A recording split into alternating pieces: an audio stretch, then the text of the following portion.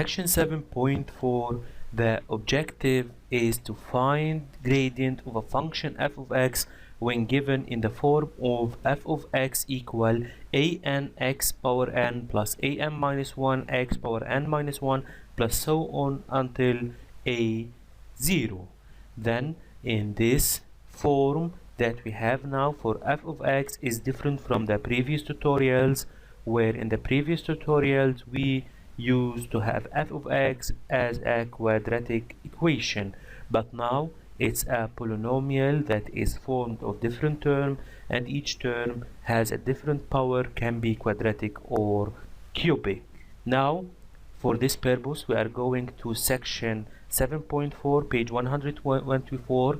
You can find the gradient formula for a function such as f of x equal x to the power 3 plus x to the power 2 minus x to the power half, where the powers of x are real numbers an xn plus an minus 1 xn minus 1 and so on until a0, where an minus 1 and so on a0 are constants, and an does not equal to 0 where n belong to real numbers. As you can see in the example, we have different terms with different powers.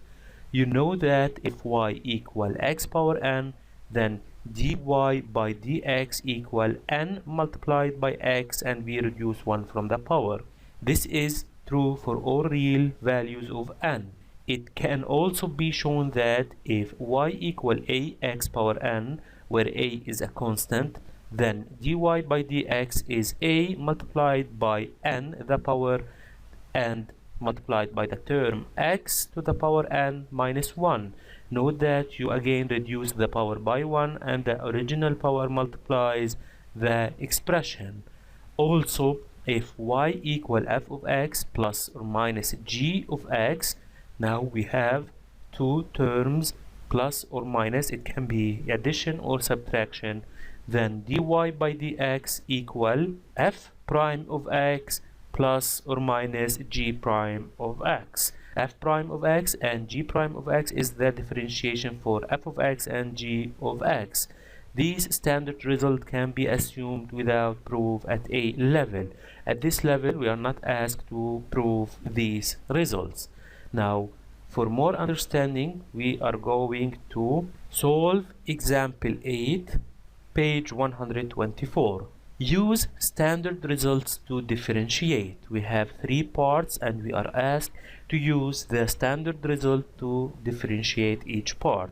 In part A, we have y equal x cubed plus x squared minus x to the power half. Then dy by dx equal, we are going to do each term separately, but we have to remember that if y equal a to the power xn, then dy by dx equal a multiplied by n multiplied by x, and we reduce 1 from the power. Let's apply.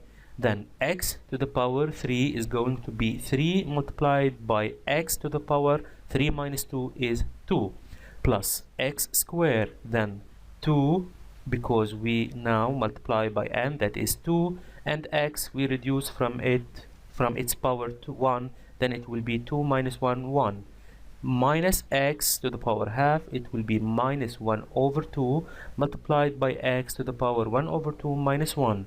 This is equal to 3x squared plus 2x minus 1 over 2x. 1 over 2 minus 1 is minus half. Therefore, you can see using the standard results to we are able to differentiate. For part B, we have y equal 2x to the power minus 3.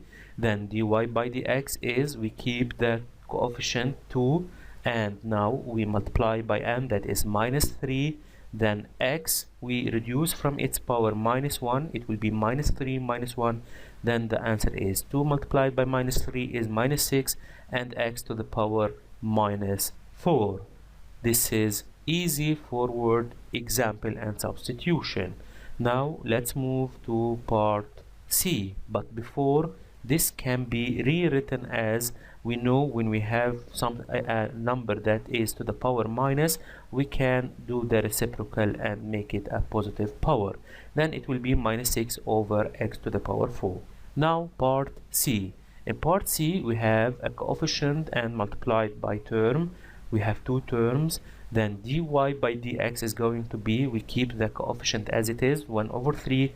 We multiply it by the power or n, 1 over 2, then x multiplied to 1 over 2, and we reduce 1, plus same thing for the second term, 4 multiplied by 2 and x multiplied by or to the power 2 minus 1. This is equal to 1 over 3 multiplied by 1 over 2 is equal to 1 over 3 multiplied by 2 is 6, and the power is x. 1 over 2 minus 1 is minus 1 over 2. Plus 4 multiplied by 2 is plus 8.